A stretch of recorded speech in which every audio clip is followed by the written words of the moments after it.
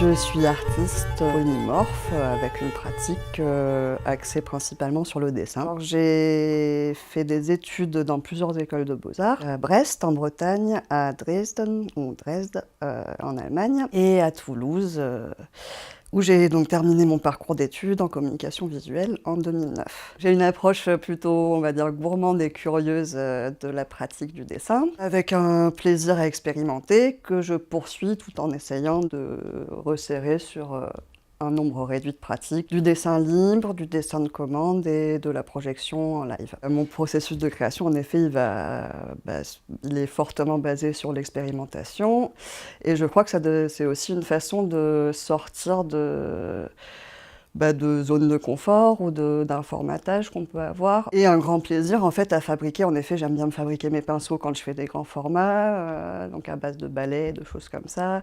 J'aime bien détourner des pratiques aussi, en fait, des pratiques ménagères ou des pratiques donc, de cuisine. La carte à gratter, donc c'est un carton qui est blanc, recouvert par une texture et mélangé avec de l'encre de Chine, pressé très fort. On part d'un carton noir et on le gratte et on sort le blanc du noir pour faire émerger l'image. C'est des photographies de piètre qualité que j'imprime sur une imprimante un peu dégueulasse. Et en fait, c'est comme s'il y avait une image fantôme cachée derrière cette image et que je la connais pas encore, mais qu'elle est déjà là. Le travail de projection, c'est un travail en collaboration avec des musiciens. Depuis un moment, je travaille en duo avec un dude, qui est un musicien donc, qui fait de l'ambiante électroacoustique. Et on s'appelle Ivre.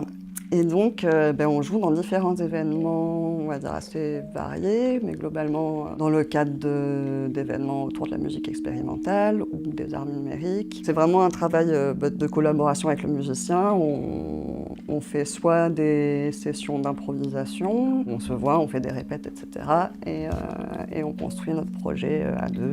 Là, c'est vraiment beaucoup de bidouilles et où je me fais plaisir à fabriquer plein d'accessoires et des petits objets, des matières. La partie, on va dire, engagement pur, elle va plus donc avoir lieu dans l'espace du dessin de commande, où je travaille par exemple donc, de façon régulière avec l'école de Capucine, qui est une structure qui organise des événements et des ateliers autour de l'érotisme. J'ai collaboré quelques fois avec la revue Z, qui est une revue d'enquête et de critique sociale.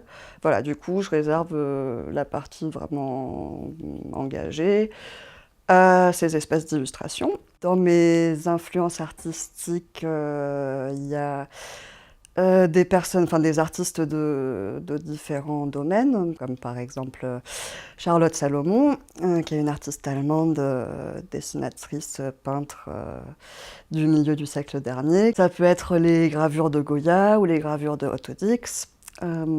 Pipilotiriste, Abdelkader Benchama pour son travail à l'encre. Ça va être aussi Francesca Woodman ou Cindy Sherman qui font de la photo. Puis après, bien évidemment, il y a les artistes féministes performeuses des années 60-70 qui ont été super importantes dans mon parcours parce qu'on est en manque de modèles en tant qu'artiste femme. Ça me semble important d'avoir des repères féminins artistes parce que tout simplement il y a un processus d'identification et que l'histoire de l'art a été écrite par des hommes sur des œuvres faites par des hommes. Heureusement, c'est des choses qui se développent énormément ces derniers temps, mais personnellement, quand j'ai fait mes études, j'ai jamais eu de cours sur les historiennes de l'art qui essayaient de défricher tout ça. Les approches féministes de l'histoire de l'art, personne n'en avait jamais parlé. Je cherche des références féminines, même si bien évidemment, enfin, je regarde avant tout l'artiste et le travail artistique. Je vais pas choisir une influence parce que c'est une femme, c'est juste que je suis une femme, donc que je suis attentive à certaines choses, certaines problématiques, des sensibilités. Et ça exclut pas que j'adore plein de boulots d'hommes artistes, sinon on serait mal barré parce que c'est quand même la majorité.